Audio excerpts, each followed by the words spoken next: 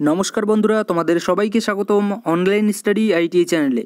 আজকের এই ভিডিওটা স্পেশালি সেই সকল ভাই এবং বোনদের জন্য হতে চলেছে তোমরা যারা আগের বছর ফর্ম ফিল আপ করেছো কিন্তু কিছু কারণবশত তোমরা চান্স পাওনি আইটিআইতে ভর্তি হতে।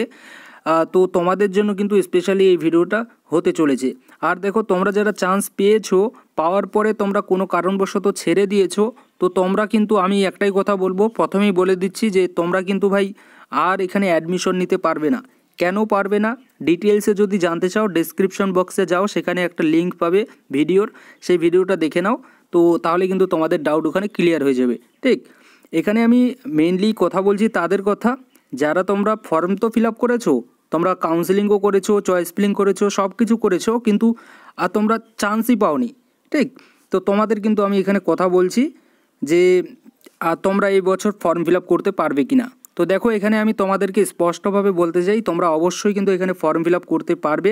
যে তোমরা আগের বছর ফর্ম ফিল আপ করেছো সেই যে লগ ইন আইডি আছে সেটা দিয়েই কিন্তু তোমরা পারবে। আর এখানে তোমাদের কথা বলছি যারা তোমরা চান্স পেয়ে তোমরা আর কি পড়াশোনা করনি, তোমরা কিন্তু অবশ্যই যাও, ডেসক্রিপশন বক্সে লিঙ্কটা আছে, সেখান থেকে তোমরা দেখে নিয়ে নাও।